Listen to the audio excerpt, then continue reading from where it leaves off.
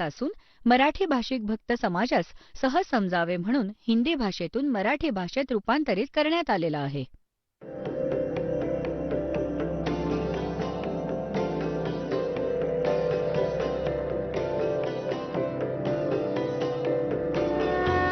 और ज्ञान सब ज्ञान डी कबीर ज्ञान सो ज्ञान, और जैसे घोड़ा तोब कायम करता चले मैदान. जगद्गुरु तत्वदर्शी संत रामपालजी महाराजांचे अमृत वचन सर्व पवित्र धर्मांच्या व पवित्र शास्त्रांच्या आधारावर. सत साहिब बोलो सतगुरुदेव की जय. बंदी छोड़ कबीर परमेश्वर जी की जय. बंदी छोड़ गरीबदास जी महाराज जी की जय. स्वामी राम देवानंद जी गुरु महाराज जी की जय हो.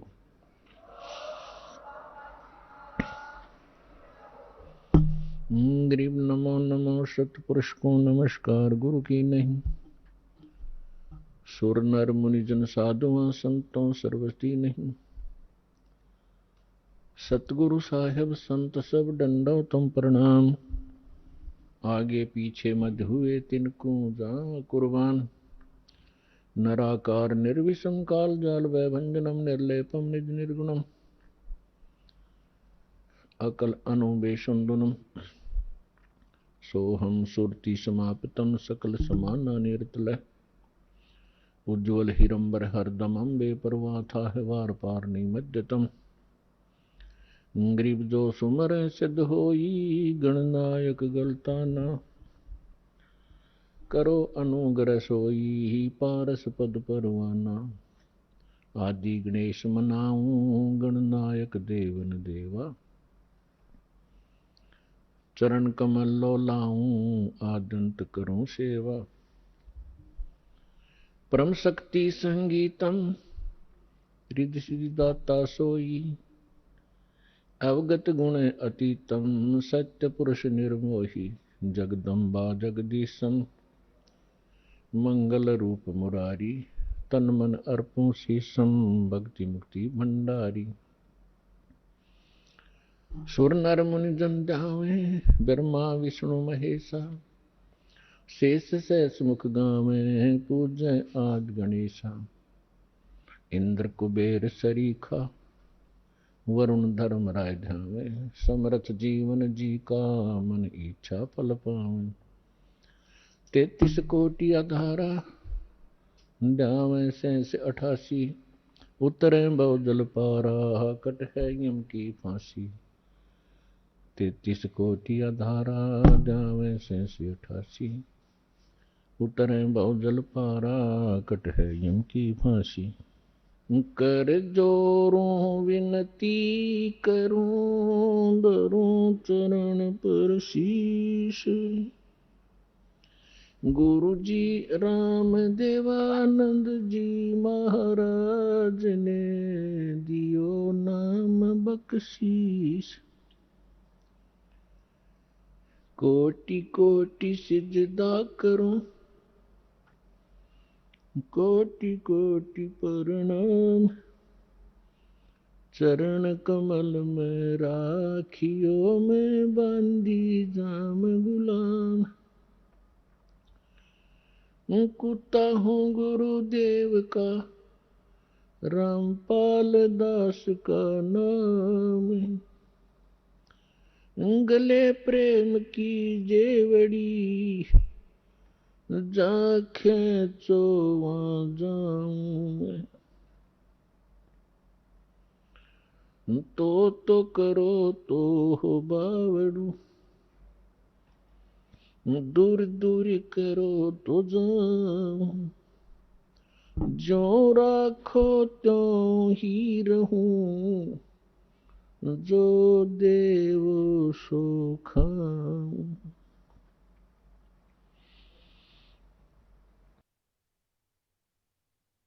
परमपिता परमात्मा पूर्ण ब्रह्म सर्व सृष्टीचे रचनाहार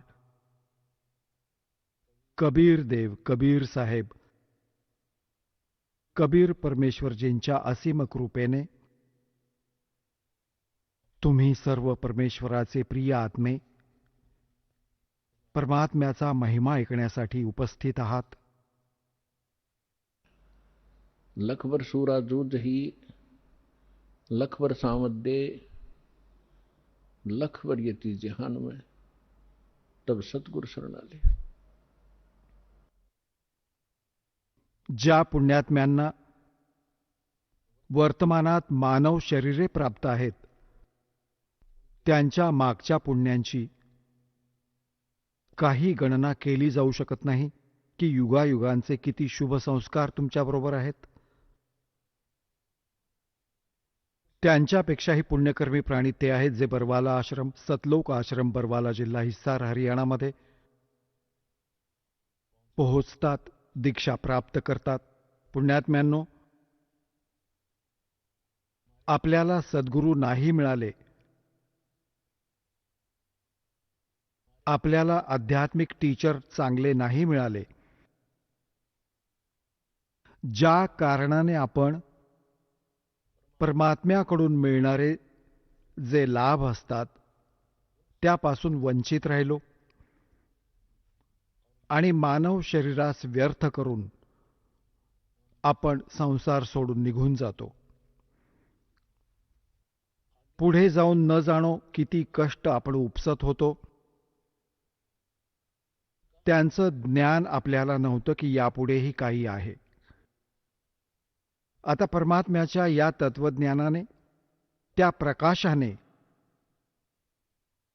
आपणास वर्तमानाची आणि भविष्याची आणि भूतकाळाची माहिती मिळू लागली. भूतकाळाची कशी, वर्तमान काळाची कशी आणि भविष्याची कशी आहे. आज कुणी दुःखी असेल तर तो आपल्या पापांमुळे आहे. आज कोणी सुखी असेल तर तो आपल्या पुण्याने आहे. हे विधान आहे परमात्म्याचे. या गोष्टी सगळे मानतातही. कुणी दुःखी प्राणी असेल तर तो आपणच म्हणत असतो की न जाणो माझं कुठलं पाप मला नडलं. आणि जे सुखी असतात त्यांना त्या विषयात सगळे म्हणतात काहीतरी खूप चांगलं पुण्य केलं होतं मागच्या जन्मी. तर यावरून आपल्याला भूत आणि वर्तमानाची माहिती मिळाली. भविष्याची माहिती परमात्म्याने करवली की कबीर हरि के नाम बिना राजा रसब होवे, मट्टी लद कुमार के भाई घास न नीरे कोई. परमात्म्याने एकच उदाहरण असं दिलंय ज्यातून आपण सहज समजू शकतो. सामान्य माणूस राजास खूप बलशाली मानतो, समृद्ध मानतो. परमात्मा म्हणतात की जर राजाही परमात्म्याची भक्ती करत नसेल, त्याचं नेक्स्ट लाईफ गाढवाचं असेल. आता पुण्यात्म्यांनो, आता इथं समस्या येत राहिली की कुणी पाहिलंय, मग वर्तमानात आपल्याला ते सुख प्राप्त आहे, ज्यामुळे आपण सुखावलो नि विसरलो की पुढे दुःख असणार आहे. आणि मग ही गोष्ट बोलून सोडून देतो की बघू पुढे. हा आपल्या अध्यात्मज्ञानहीनतेचाच परिणाम होता. आमचे सद्ग्रंथ परमात्म्याचे विधान आहे, संविधान आहे. आणि संविधानाची अवहेलना जे लोक करतात, तुम्ही इथे वर्तमानातही पहा, जे संविधानाची अवहेलना करतात त्यांना इथेच दंडित केलं जातं. अशाच प्रकारे परमात्म्याचे विधान आहे जे ते तोडतात, उल्लंघन करतात, त्यालाही दंड प्राप्त होतो. तर त्या विषयात आपण दृढ होण्यासाठी, सत्याशी परिचित होण्यासाठी काही आधार घ्यावा लागेल. आपले सद्ग्रंथ याचा आधार आहेत. त्या पश्चात ते महापुरुष ज्यांना परमात्मा मिळाले आणि परमेश्वराचे विधान त्यांना प्राप्त झाले. आणि तिसऱ्या क्रमांकावर म्हणजे त्या महापुरुषांनी सांगितलं की तो परमात्मा कोण आहे. त्या परमेश्वराने स्वतः येऊन आपले विधान आपल्या मुखकमलातून सांगितले, ज्याला तत्वज्ञान म्हणतात, ज्याला सूक्ष्मवेद म्हणतात, ज्या विषयाबाबत हिंट दिली गेली आहे श्रीमद भगवद्गीता अध्याय नंबर 4 श्लोक नंबर 32 मध्ये. गीता ज्ञानदाता हा ब्रह्म आहे आणि परम अक्षर ब्रह्म म्हणजे पूर्ण परमात्म्याची तो माहिती देत आहे. आपल्या स्तराचं ज्ञान तो श्रीमद भगवद्गीतेत अर्जुनास सांगतच आहे. त्या पश्चात तो सांगतो ती विशेष माहिती अध्यात्म मार्गाची परमात्मा स्वतः येऊन आपल्या मुखातून ज्ञान देतात. त्या परमात्म्याच्या मुखातून उच्चारलेल्या वाणीला तत्वज्ञान म्हणतात. त्यामध्ये धार्मिक यज्ञांची, धार्मिक अनुष्ठानांची माहिती विस्ताराने सांगितली गेली आहे. आणि 4थ्या अध्यायाच्या 34व्या श्लोकात गीता ज्ञानदाता म्हणतो की त्या तत्वज्ञानास तू तत्वदर्शी संतांकडे जाऊन समजावून घे. त्यांना दंडवत प्रणाम केल्याने, कपट सोडून त्यांची सेवा केल्याने ते तत्वदर्शी संत तुला परमात्म तत्वाची माहिती तथा तत्वज्ञानाचा उपदेश करतील. तर यातून आता हे सिद्ध झालं की गीताजीमध्ये ते ज्ञान नाही. जर ते ज्ञान श्रीमद भगवद्गीतेतच असतं तर त्याने म्हटलं असतं की त्या अध्यायात वाचा. आणि यातून हेही सिद्ध झालं की तो परमात्मा अन्य आहे गीता ज्ञानदात्याहून, आणि तोच मोक्षदायक आहे. त्याच्याद्वारा सांगितलेलं जे ज्ञान आहे ते तत्वज्ञान आहे. 4थ्या अध्यायाच्या 32व्या श्लोकात अनुवादकर्त्यांनी एक चूक केली आहे. त्यात एक ब्रह्मणे शब्द आहे. ब्रह्मणे यांनी ब्रह्मणे शब्दाचा अर्थ केला वेद,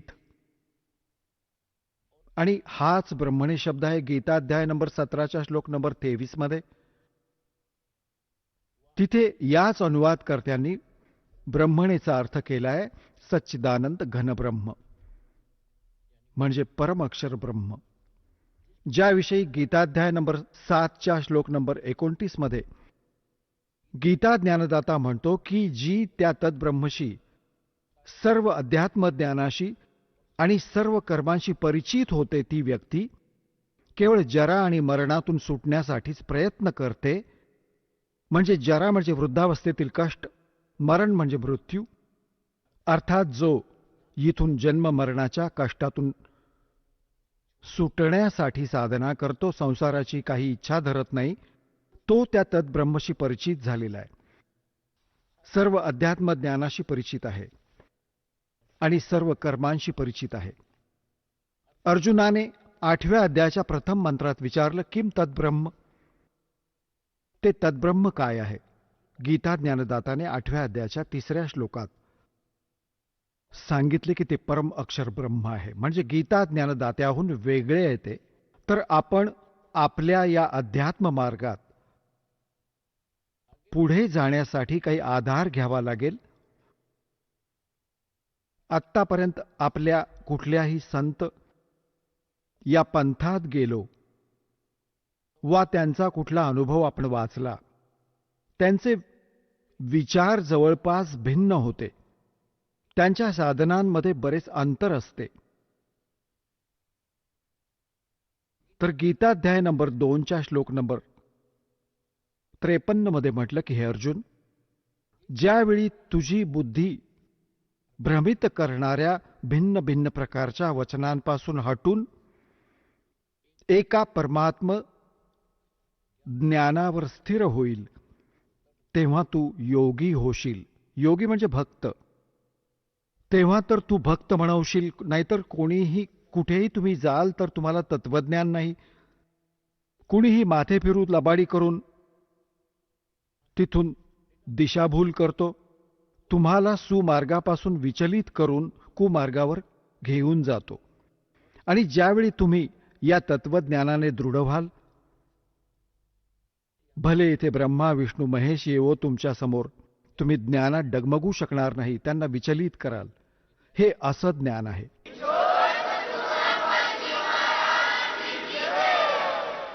आणि तेव्हाच आपण आपल्या ध्येयाकडे पोहोचू. रस्त्यात न जाणो किती ठग भेटतात भ्रमित करणारे, तर मग आपण भ्रमित नाही झालो तर सुमार्गावर आपल्या घरी पोहोचू, सतलोकात जाऊ. आपण सदा सुखी होऊन जाऊ जिथून आपण आलेलो आहोत. आत्तापर्यंत आपल्याला हेच माहीत नव्हतं की आपण आलो कुठून. आपण इथे जन्म आणि मरत का आहोत. सगळं जीवन आपण डिव्होट करून टाकतो आपली घरं नि बंगले बांधण्यात, आपल्या मुलांबरोबर प्रेमानं राहण्यासाठी. आणि एका सेकंदात ना मुलं राहतात, ना ती कोठी राहते, ना तो बँक बॅलन्स सोबत जातो.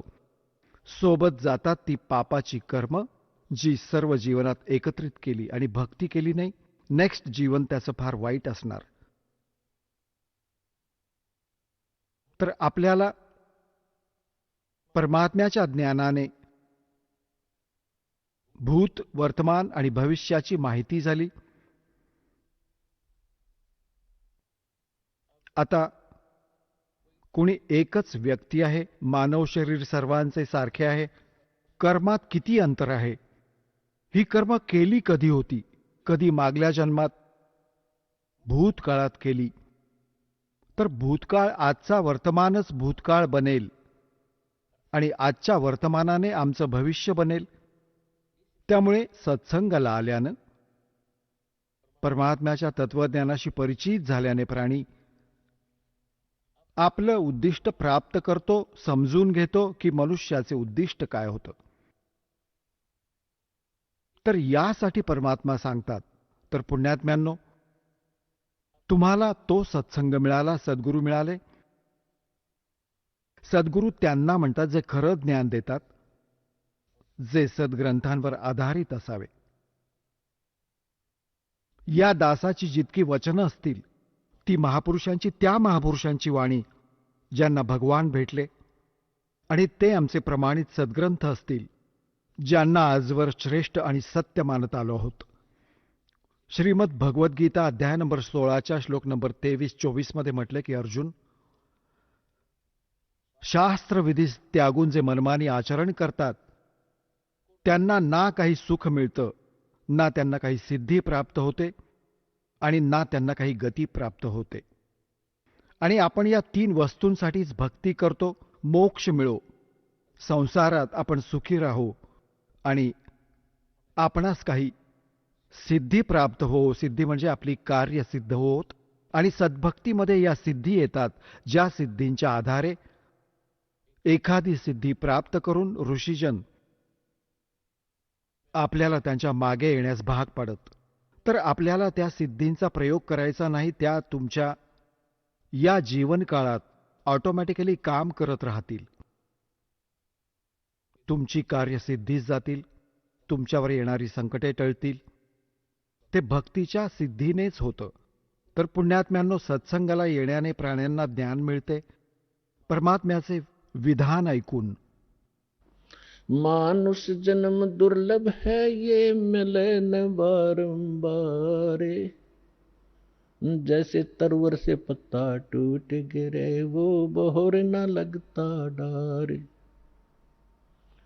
मानुष जन्म पाके जो नहीं रटे हरि नाम, जैसे कुआ जल बिना फिर बनवाया क्या काम। कबीर राम रटत कोड़ी भलो, चू चू पड़े जो चाम, वो सुंदर शरीर किस काम का, भाई जा मुख नाही नाम। कबीर जिव्हा तो वाहे भली, जो रटे हरि नाम, नहीं तो काट के फेंक दियो, मुख में बलो ना चाम। परमात्म्याची माहिती, मनुष्य जीवनाचे उद्दिष्ट सत्संगाने कळते, ज्ञान होते. आणि अजूनपर्यंत आम्हाला सत्संग मिळाला नाही. ज्या महापुरुषांना आम्ही विद्वान मानत होतो त्यांना अध्यात्म मार्गाचे काहीच ज्ञान नव्हते. ते केवळ संस्कृत भाषा जाणत होते. त्याविषयी सूक्ष्म वेदात म्हटलं आहे की भेड़ पूछ को पंडित पकड़े, भेड़ पूछ को पंडित पकड़े, ये भादो नदी विहंगा, गरीबदास व भवजल डूबे, जिन नहीं साध सत्संगा. परमेश्वर म्हणतात, कबीर साहेब म्हणतात, कबीर इस संसार को समझाऊं कै बार, और पूछ पकड़ के भेड़ की, ये उतरा चाव पार. जशी भाद्रपदात खूप वर्षा होत असते, नदी आपली फुल स्विंगमध्ये वाहत जात असते, किनाऱ्यांना शिवून भयंकर जल वाहत असते, वेगानं वाहत असते. ती नदी पार करताना कुणी जर असं म्हटलं की मेंढीची शेपूट पकड, ही तुला पुरातून पार करेल, आणि त्या व्यक्तीला कुणी जाणकार समजून मेंढीची शेपूट पकडून जी नदीत जात असेल, तर अंडरस्टूड आहे की तिच्याबरोबर काय होणार. तर इथे परमात्मा म्हणतात, कबीर इस संसार ने समझाऊं कै बार, और पूछ पकड़ के भेड़ की, ये उतरा चाव पार.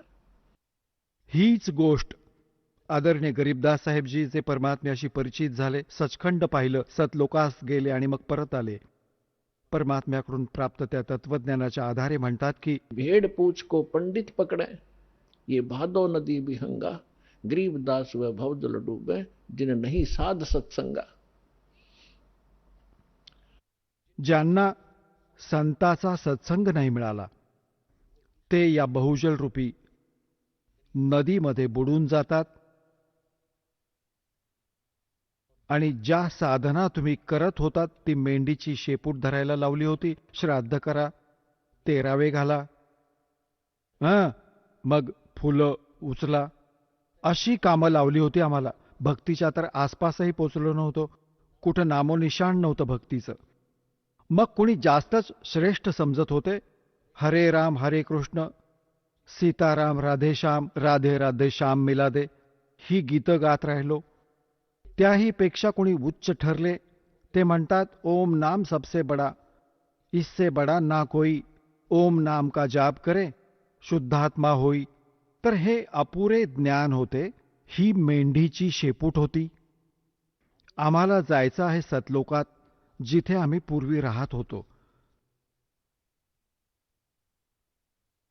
आणि जिथे आम्हाला सर्व सुख प्राप्त होईल, ज्याचा शोध आम्ही इथे घेत आहोत या वाईट लोकात.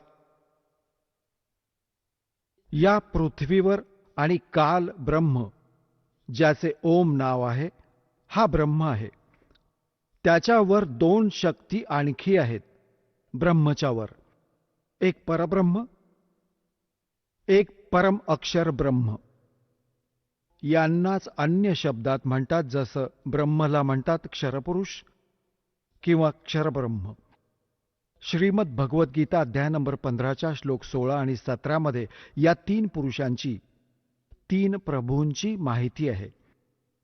आमचे जे गुरु होते, आमचे ऋषी महर्षी होते, ते आमच्या सद्ग्रंथ आपल्या सिलॅबसशी परिचित नव्हते. हे काय खाक टीचर होते? जे टीचर आपल्या सिलॅबसशी परिचित नाहीत, ते टीचर नव्हेत. ते लोकवेद ऐकवत असत. आणि ज्या आधारे आम्ही आमच्या पूर्वजांनी जीवननाश केला, आज ते पशुपक्षी भूत योनींमध्ये भोगत आहेत. आणि आता त्यांना सुटका मिळण्यासाठी ते म्हणतात, श्राद्ध घाला, अमुक करा. तो तिकडे गाढव झालाय आणि इथे त्याचं श्राद्ध घालतायत. ही काय गोष्ट झाली? आम्ही शहाणे नव्हतो, आम्हाला ज्ञान नव्हतं, तर परमात्म्याने दया दाखवली, तुम्हाला शिक्षित केलं, आणि शिक्षित करून या दासाला या ज्ञानाने युक्त केलं. त्याआधी तुमच्यासाठी इन्स्ट्रुमेंट तयार केले, जेणेकरून ही मुलं घर बसल्या समजू शकतील, सद्ग्रंथांची ओळख होऊ शकेल. आत्तापर्यंत आम्ही शिक्षित नसल्याने एक माथे फिरू, 4 वाणी गीतेचे किंवा वेदांचे 4 श्लोक पाठ करायचा, आम्ही त्याच्या तोंडाकडे बघत राहायचो, मोठा विद्वान आहे, वा भाई वा, चांगलं संस्कृत जाणतो. भाषेचे जाणकार असणं वेगळी गोष्ट आहे, अध्यात्म जाणणं हे विशेष ज्ञान आहे. तर जो प्रसंग चालला होता की जोवर आपण आपल्या सद्ग्रंथांशी परिचित होत नाही तोवर आपला विश्वास बसणार नाही की खरोखर आम्ही जे ऐकायचो ते सत्य होतं की असत्य होतं. कारण आज आम्ही शिक्षित आहोत, सद्ग्रंथ आपल्या जवळ आहेत, ज्यावर आज पावेतो लाखो वर्षांपासून आपण आधारित राहिलो आहोत. आणि आज तेच आपल्याला काय संदेश देत आहेत तर एका मिनिटात समजून जाल, कारण परमात्म्याने तुम्हाला शिक्षित बनवलेलं आहे. तर इथे आपल्यासमोर हीच समस्या उभी राहिली की आपण स्वतः परमात्म्याच्या ज्ञानाशी परिचित नसल्याने असेच भरकटत राहिलो, ज्यांनी जो मार्ग दिला त्याचाच आपण जप करू लागलो. तर इथे 3 पुरुष आहेत. एक क्षरपुरुष, क्षरब्रह्मही म्हणतात याला, दुसऱ्या शब्दात याला ईश म्हणतात. ईश, ईश्वर, परमेश्वर, ह्या तिन्ही वेगवेगळ्या प्रभूंची माहिती आहे. ब्रह्म, परब्रह्म, परमक्षर ब्रह्म यांनाच अन्य शब्दात क्षरपुरुष, अक्षरपुरुष, परमक्षरपुरुष किंवा परमक्षर ब्रह्म म्हणा. जो तिसऱ्या नंबरचा परमात्मा आहे तो सर्वांसाठी पूज्य आहे इष्ट रूपात. आणि बाकी जितके प्रभू आहेत, स्वामी आहेत, आधी तुम्हाला थोडंसं डेफिनेशन ऑफ गॉड सांगतो की परमात्म्याची परिभाषा काय आहे. आपण जसं गणपतीलाही देव म्हणतो, गणेश देव, ब्रह्माजींनाही आपण भगवान म्हणतो, विष्णूजींनाही भगवान म्हणतो, शंकरजींनाही आपण देव म्हणतो, महादेव म्हणतो, आणि देवी मग ब्रह्मलाही आपण भगवान म्हणतो, ज्याला आपले गुरु निराकार निर्गुण म्हणायचे. तर हे सगळे प्रभू आहेत, हे सगळे स्वामी आहेत. जसं एखाद्या तहसीलदारालाही साहेब म्हणतात, एका कमिशनर, डेप्युटी कमिशनरलाही साहेब म्हटलं जातं, कमिशनरही साहेब म्हणवला जातो, आणि मंत्र्यांनाही साहेब म्हणतात, मुख्यमंत्र्यांनाही आपण साहेब म्हणतो. प्रधानमंत्रीही साहेब म्हणवले जातात आणि राष्ट्रपतींनाही आपण साहेबच म्हणतो. साहेब जसं की आपण देव म्हणतो, देव म्हणा, राम म्हणा, साहेब म्हणा, जसं आपण सतसाहेब म्हणतो, जसं आपण कधी विशेष मूडमध्ये असतो तेव्हा म्हणतो, हे सच्चे मालिक, सच्चा मालिक म्हणा, सतसाहेब म्हणा. साहेब म्हणजे भगवान, सत म्हणजे सत्य, अविनाशी. तर हे सगळे साहेब आहेत, पण आपापल्या स्तरावरील साहेब आहेत. तहसीलदार एका तहसीलमधील त्या स्तराचा मालक आहे. आणि अशाच प्रकारे अन्यही असेच जाणा. मंत्री आपल्या स्टेटमध्ये एका विभागाचा स्वामी आहे, मालक आहे, साहेब आहे. अशा प्रकारे मुख्यमंत्री एका राज्याचा साहेब आहे. प्रधानमंत्री खूप राज्यांचे मालक आहेत, साहेब आहेत. असेच राष्ट्रपती समजा. तर अशा प्रकारे हे जितकेही देव आहेत आपल्या स्तरावर हे आदरणीय आहेत.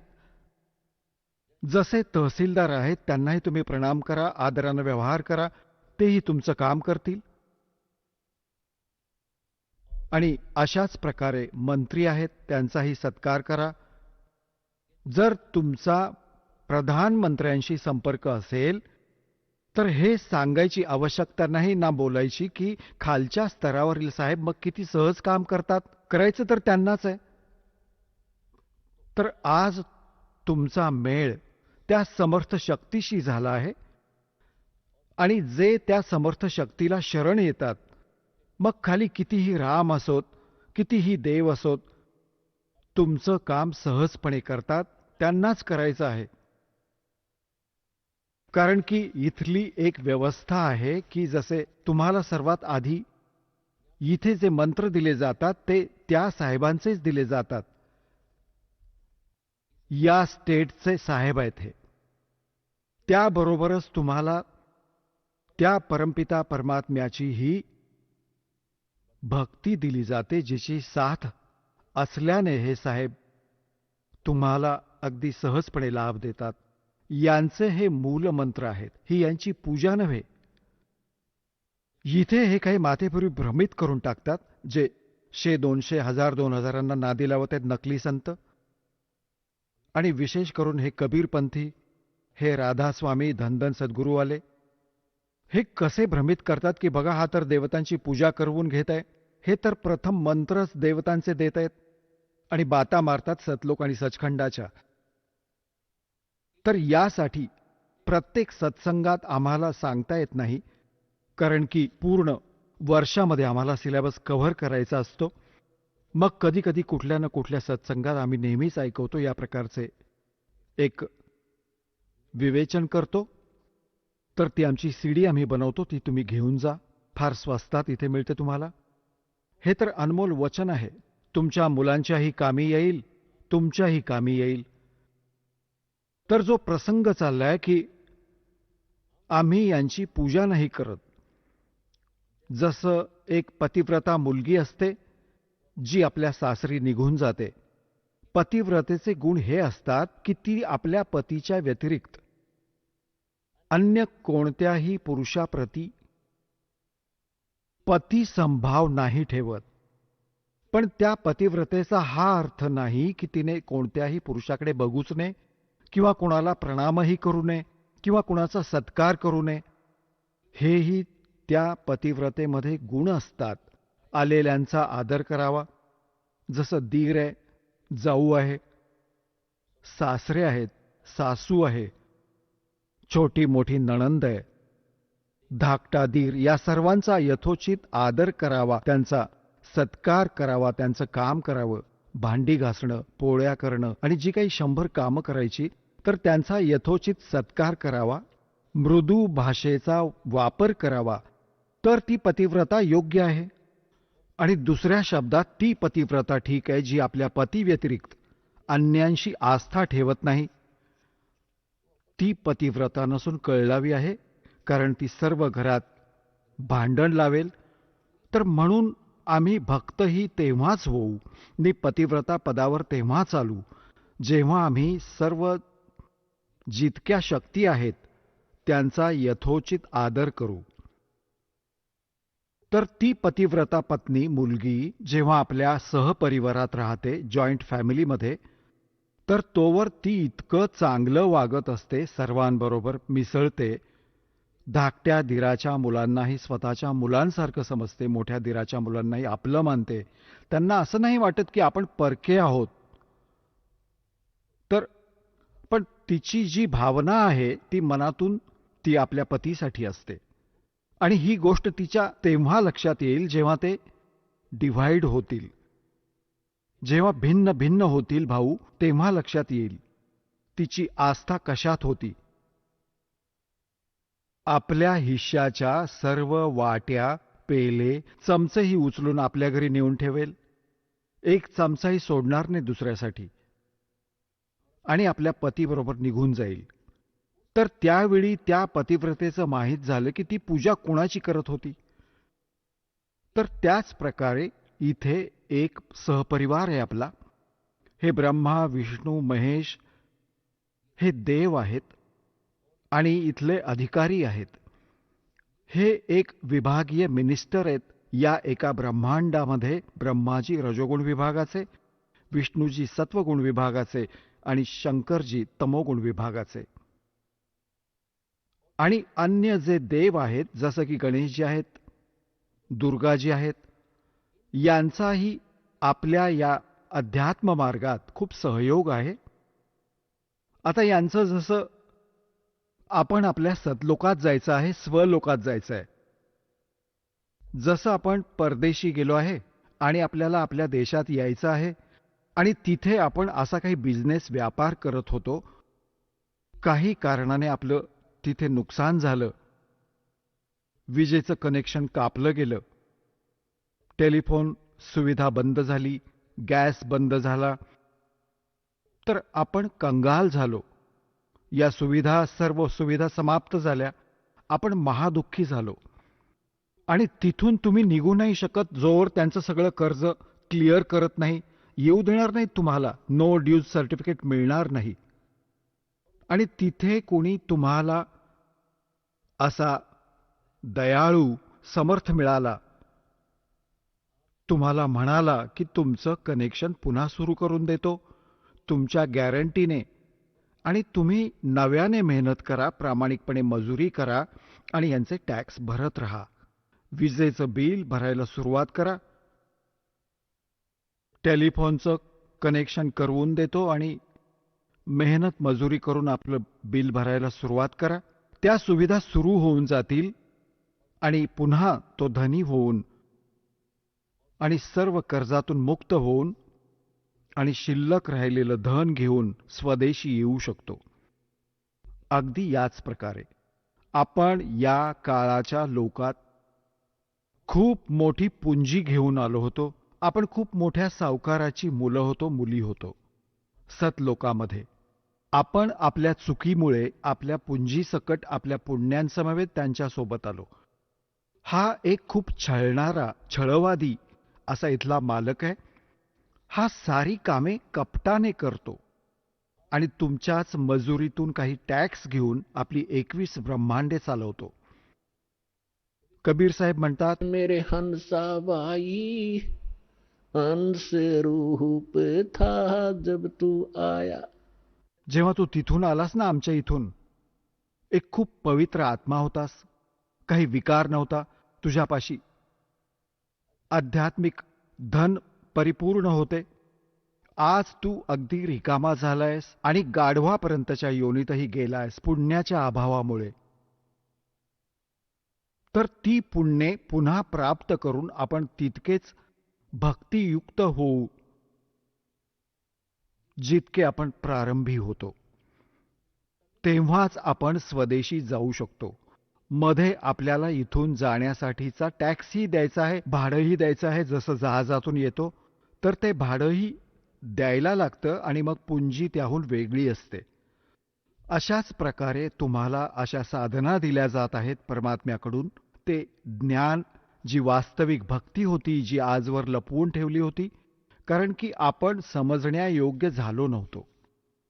आणि जर आजच्या आधी परमात्म्याने हे मंत्र डिस्क्लोज केले असते तर हे नकली पंथ जे काळाने चालवले आहेत त्यांच्याजवळही हे मंत्र असते आणि हेच ज्ञान असते.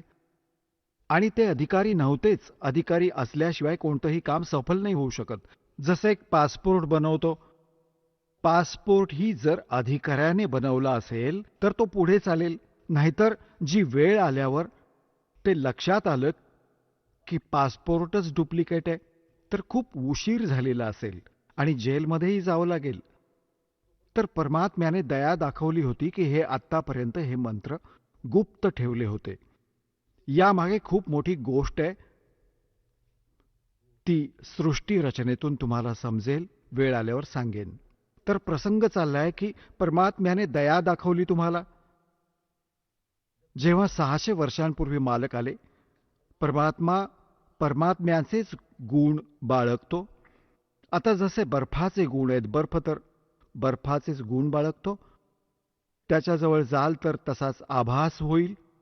अशाच प्रकारे परमात्मा जे गुण बाळगतो ते तशीच लीला करतात जशी तो करत असतो.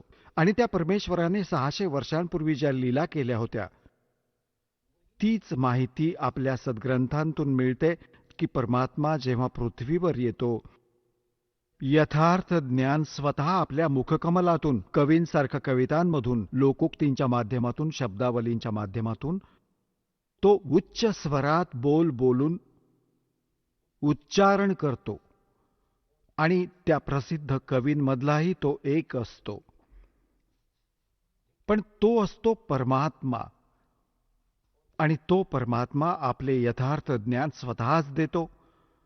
आणि जेव्हा परमात्मा इथे येतात ते 3 प्रकारे आपली देखभाल करतात, 3 प्रकारे आमचे पोषण करतात, पालन पोषण करतात. तीन स्थितींनी एक स्थिती होती ते परमात्मा सतलोकात सचखंडात एका राजाप्रमाणे फार सुंदर सिंहासनावर विराजमान आहेत मनुष्य रूपात. डोक्यावर मुकुट आहे, वर छत्र आहे. परमात्म्यावर चौऱ्या आपोआप ढाळल्या जातात. आणि दुसऱ्या स्थितीत ते परमात्मा प्रत्येक युगात एक शिशुरूप धारण करून इथे येतात आणि एका कमळाच्या फुलावर विराजमान होतात. तिथून निस्संतान दाम्पत्य त्यांना उचलून नेते आणि मग तिथे पालन पोषणाची लीला घडते आणि मग तेव्हा ते कुमारिका गायीचे दूध पितात, त्याशिवाय काही पित नाहीत. कुमारिका गायीच्या दुधाने त्यांच्या बालपणाचे संगोपन होते, हे आमचे सद्ग्रंथ सांगतात. ऋग्वेद मंडल नंबर 9, ऋग्वेद मंडल नंबर 9 सूक्त 1 मंत्र 8 आणि 9 मध्ये, ऋग्वेद मंडल नंबर 9 सूक्त 86 मंत्र 26 आणि 27 मध्ये, ऋग्वेद मंडल नंबर 9 सूक्त 82 मंत्र नंबर 1, 2, 3 मध्ये, ऋग्वेद मंडल नंबर 9 सूक्त 94 मंत्र 1 मध्ये, ऋग्वेद मंडल नंबर 9 सूक्त 95 मंत्र 2 मध्ये, ऋग्वेद मंडल नंबर 9 सूक्त 96 मंत्र 16 ते 20 मध्ये, ऋग्वेद मंडल नंबर 9 सूक्त 54 मंत्र 3 मध्ये, ऋग्वेद मंडल नंबर 9 सूक्त 20 मंत्र 1 मध्ये, आणखीही अनेक स्थानी हे प्रमाण आहे की परमात्मा अशी लीला करतो. जेव्हा परमात्मा शिशुरूप धारण करून लीला करतो, तेव्हा त्यांच्या संगोपनाची लीला कुमारी गायींकडून होते, हे वेद सांगतात. आणि ही लीला कोणी केली? तो परमात्मा कवींसारखे आचरण. ही लीला कोणी केली? श्रीराम, श्रीकृष्ण, श्री ब्रह्मा, श्री विष्णू, श्री शिवजींची लीला आम्ही कधी वाचली नाही. आम्ही हिंदू धर्मात अडाणी राहिलो. आणि परमेश्वराच्या लीलेत 600 वर्षांपूर्वी मालक आले होते. त्यांनी कबीर भगवान यांनी ही लीला केली होती. मग who is God? Kabir is God. आता भगवानाला ओळखण्यात आम्हाला जराही वेळ नाही लागणार, कारण की आपण ज्या सद्ग्रंथांना आपले मानत होतो, आज तेच सद्ग्रंथ आपणाला संदेश देत आहेत की भगवान अशी लीला करतो. तर सगळ्यात आधी आपल्याला भगवानाची ओळख होऊ दे. आणि सद्ग्रंथातून ती ओळख जसं दासाने आत्ता सांगितलं, जसं गीताध्याय नंबर 16 श्लोक नंबर 23-24 मध्ये स्पष्ट केलं आहे की अर्जुन, जे शास्त्रविधीला त्यागून मनमानी साधना करतात त्यांना काहीही सुख मिळत नाही. ना त्यांना सुख मिळत, ना त्यांना गती मिळते, ना त्यांना काही सिद्धी प्राप्त होते. म्हणून तुझ्यासाठी अर्जुन, कर्तव्य आणि अकर्तव्याच्या व्यवस्थेत कोणती साधना करायला हवी आणि कोणती करू नये याकरता सद्ग्रंथच प्रमाण आहेत.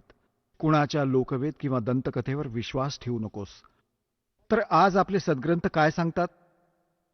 आधी याच सद्ग्रंथांचा आधार घेऊन आमचे धर्मगुरू आम्हाला समजावत असत. आम्ही स्वीकार करत होतो, कारण ते संस्कृत बोलत असत आणि सगळे ग्रंथ संस्कृतमध्ये लिपिबद्ध होते. आम्हाला काही ऑब्जेक्शन नव्हतं, कारण इतका विद्वान माणूस खरंच बोलत असावा. ते सत्याच्या तर जवळपासही नव्हते. त्यांना अध्यात्म मार्गाचा कख देखील माहिती नव्हता.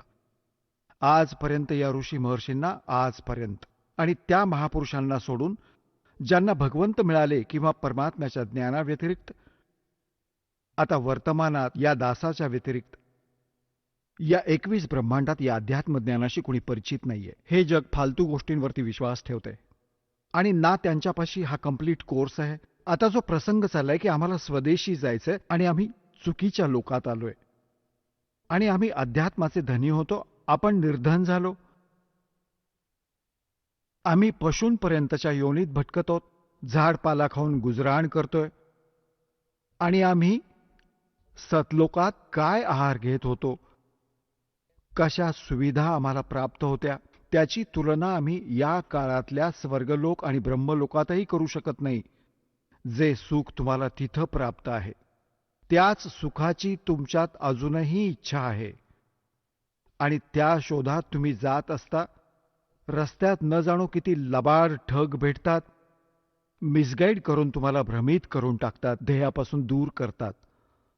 मग तुम्ही जेव्हा अध्यात्म मार्गाने सुखी होत नाही, कारण साधना शास्त्रानुकूल नसल्याने परमात्म्यापासून लाभ मिळत नाही, ज्या कारणाने तुम्ही स्वतः धनी बनण्यासाठी आपल्या बुद्धीचा प्रयोग करू लागलात, कुणी भेसळ करू लागला, कुणी लाच घेऊ लागला आणि कोणी आणखी काही मार्ग अवलंबून, तर हा मार्ग सुखी होण्याचा नव्हे, हे तर महादुःख प्राप्त केलं. आपण वाईट कामं केली, पापं बनली आणि त्या पापांच्या आधारे जे धन संग्रहित केलं ते इथेच राहिलं आणि आमच्यासोबत ती पापं गेली जी ते धन जोडण्यास किंवा सुख, नकली सुख प्राप्त करण्यासाठी आम्ही पापे एकत्र केली होती. जोवर आपण पापमुक्त होत नाही तोवर तिथे जाऊ शकत नाही. कारण जोवर अपराधी प्राणी आहे तो जेलमध्ये राहतो. अपराध मुक्त झाल्यावरच तो जेलमधून सुटेल.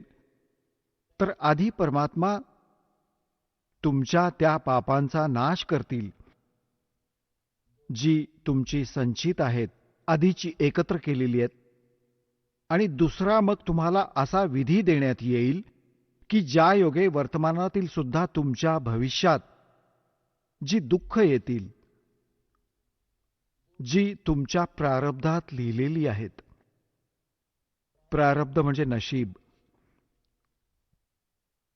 प्रारब्धास असं डिफाईन करण्यासाठी अशा प्रकारे सांगतात की मागच्या जन्मजन्मांतरीची तुमची पुण्य आणि पापे संग्रहित आहेत. त्यातून तुमचा ॲव्हरेज रेशो घेऊन ज्याची पापं जास्त साचलेली आहेत त्यातून त्या रेशोतून पापं जास्त घेतली आणि ज्याची पुण्य थोडी आहेत त्याच रेशोतून पुण्य घेतली. तर इथे आज ज्याचं दुःख जास्त आहे त्याची पूर्वजन्मातील पापे जास्त आहेत. त्या संचित कर्मातून काही घेऊन दोन्ही तुमच्या पुण्य आणि पापातून तुमचं नशीब बनवून पाठवलं. आता तुमच्या प्रारब्धात, तुमच्या नशिबात जर ते पुण्य असेल, जोवर तुमची पुण्य जास्त असतील, पुण्य चालतील, तेव्हा तुम्ही कुठलीही भक्ती करा किंवा नका करू. भले तुम्ही चोरी करा, डाके घाला, भले हिंसा करा, तुम्ही सुखीच दिसाल सर्वसामान्य माणसांना की इतका पापी माणूस आणि तरीही सुखी आहे. तर हे काळाचं जाळं आहे हे समजून घ्यावं लागेल तुम्हाला. तर अन्य व्यक्ती ज्या आस्तिक आहेत त्याही नास्तिकतेकडे जाऊ लागतात यांना पाहून. तर या ज्ञानाच्या आधारे तुम्ही तुमचे मन रोखायला हवे. कुमार्गावर जाण्यापासून सहारा देईल तुम्हाला हे तत्वज्ञान. आणि ज्यावेळी त्या व्यक्तीची ती पुण्य क्षीण होऊन जातील, मग पापांचे दिवस येतील, मग बघा त्याची कशी दुर्गती होईल. आणि मग त्याच्याजवळ वेळ फार कमी असेल आणि मग तो कुठे समाधानासाठी जाईल तर त्याला नकली हे संत भेटतील. त्यांच्याकडून जंतर मंतर करवून घेऊन, नामदीक्षा घेऊन शेवटी तो मरूनच जाईल त्या दुर्गतीसहित. आणि जेव्हा आपण सत्साधना करू तेव्हा परमात्मा आपल्याला भेटतील, सद्गुरू भेटतील. सद्गुरू मग आपल्याला ते सतज्ञान देतील, सत्साधना देतील, ज्या योगे तुमची पापं नष्ट होतील. तर आत्ता तुमच्या प्रारब्धात जसं तुम्ही दुःखी आहात तर पापामुळे आहात, सुखी आहात तर पुण्यामुळे आहात. अंडरस्टूड आहे ही गोष्ट. सामान्य माणूस जो धर्माबद्दल थोडी का होईना रुची बाळगतो त्याला माहीत आहे की पापाने दुःख मिळतं आणि पुण्याने सुख मिळतं इथलं. आता जोवर तुमची पुण्य चालतील तोवर तुम्ही सुखी दिसून याल. आणि ही पुण्य आधीची संग्रहित कमाई आहे तुमची. जसा इन्व्हर्टर आज जवळपास सर्वांच्याच घरात असतो, माहिती तर सर्वांनाच नक्की आहे. त्याच्यात बॅटरी असते, त्यांना चार्जरच्या माध्यमातून लाईटमध्ये विजेला लावून चार्ज केलं जातं. तर बॅटरीच्या आत ती एनर्जी स्टोअर होते आणि मग निसंशय त्या इन्व्हर्टरमधून चार्जर काढला तरीही त्या इन्व्हर्टरमुळे बल्बही जळत असतात, ट्यूबही जळत असते, कूलरही चालू असतात. तो आपल्याला सुविधा देत असतो. तर ती व्यक्ती असा विचार करते की माझा इन्व्हर्टर साऱ्या सुविधा मिळत आहेत. पण जर तो चार्जर ठीक नसेल तर ती बॅटरी एक दिवस एकदम डाऊन होईल आणि डिस्चार्ज होईल. पुन्हा त्याला कोणतीही सुविधा प्राप्त होणार नाही. अगदी अशाच प्रकारे जे पूर्वजन्माचे पुण्यकर्मी प्राणी आहेत त्यांनी पूर्वजन्मात ती बॅटरी चार्ज करून ठेवली, तेव्हा चार्जर नीट लागला. कारण परमात्मा जेव्हा येतात, परमेश्वर 600 वर्षांपूर्वी आले होते. भगवान कबीर साहेबजी तुम्हाला चार्ज करून गेले होते.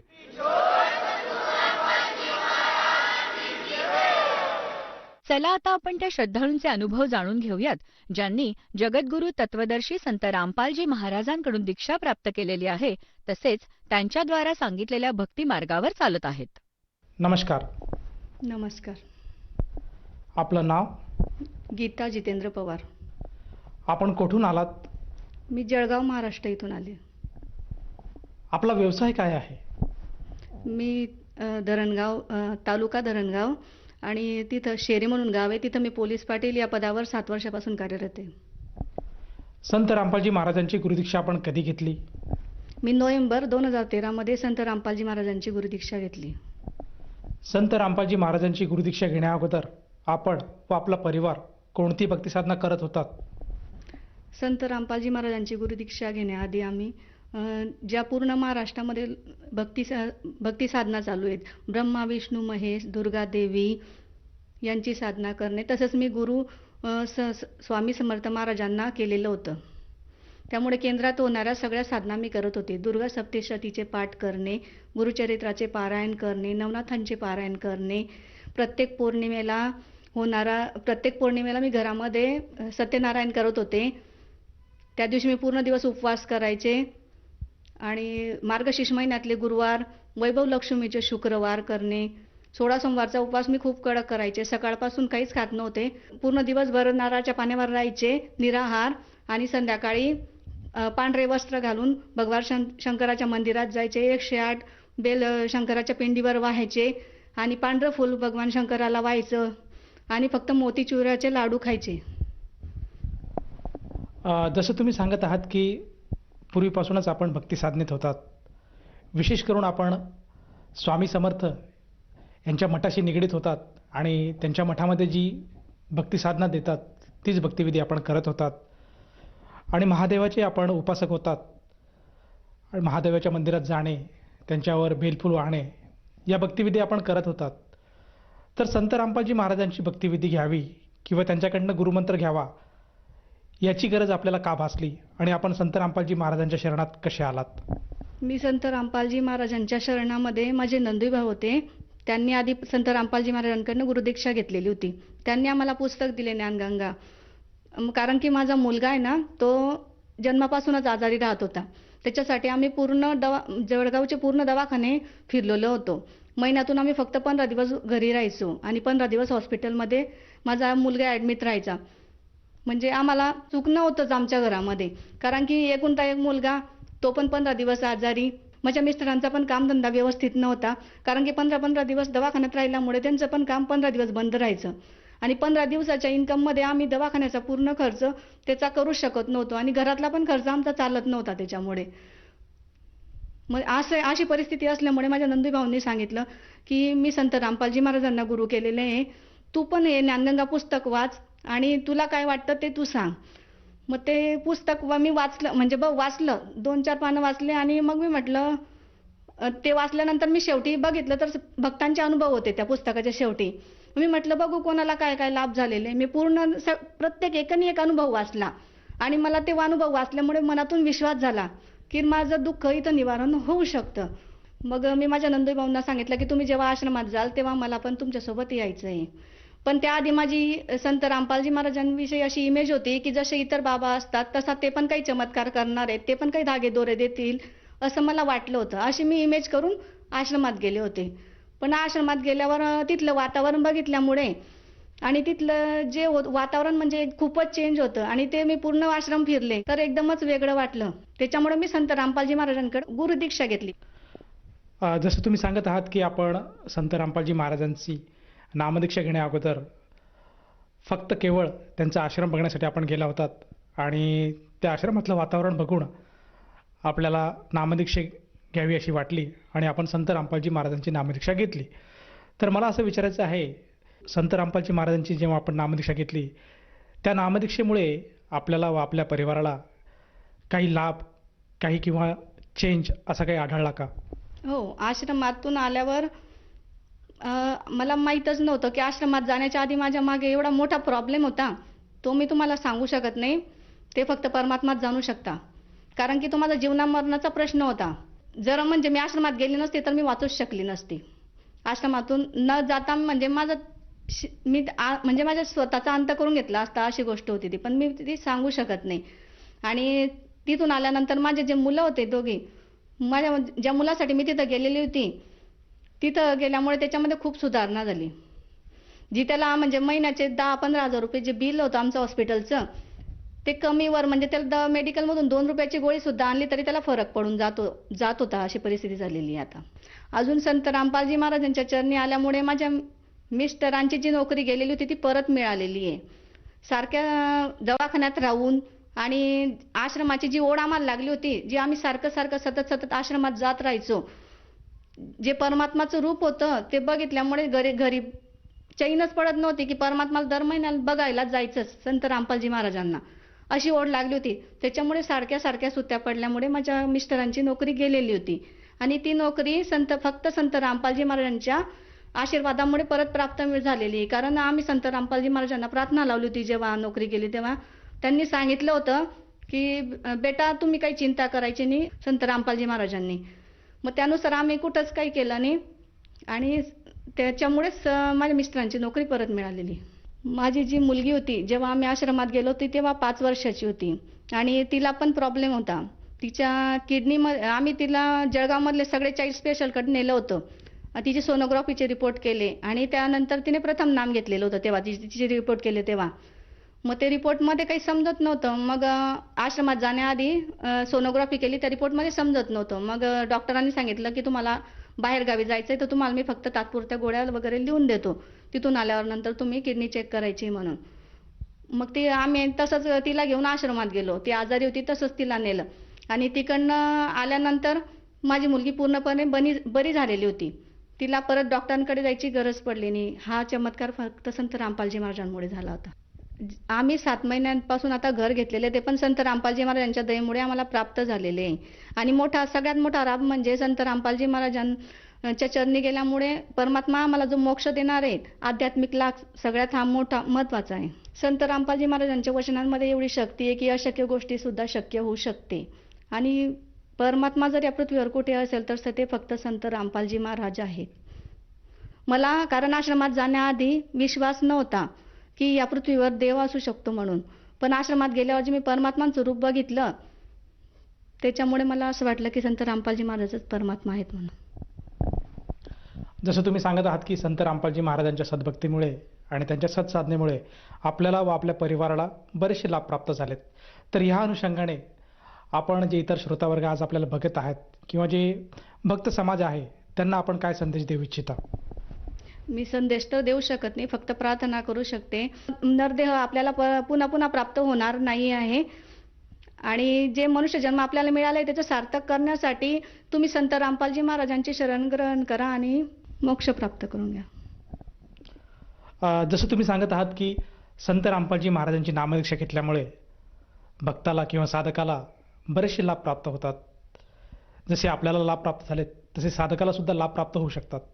तर या अनुषंगाने जर एखाद्या साधकाला संत रामपालजी महाराजांची नामदीक्षा किंवा गुरुमंत्र घ्यावायचा असेल तर तो साधक किंवा ती व्यक्ती नामदीक्षा कशी घेऊ शकेल? आपण जे मला आता बघत आहात त्याच्या खाली नंबर फ्लॅश होत आहे, त्याच्यावर आपण त्या नंबरवर कॉन्टॅक्ट करून संत रामपालजी महाराजांची गुरुदीक्षा घेऊ शकतात. या नामदीक्षेसाठी त्या साधकाला किती पैसे मोजावे लागतील? नामदीक्षा निःशुल्क आहे, त्यासाठी कोणतेही पैसे वगैरे द्यावे लागत नाहीत. धन्यवाद. धन्यवाद सर.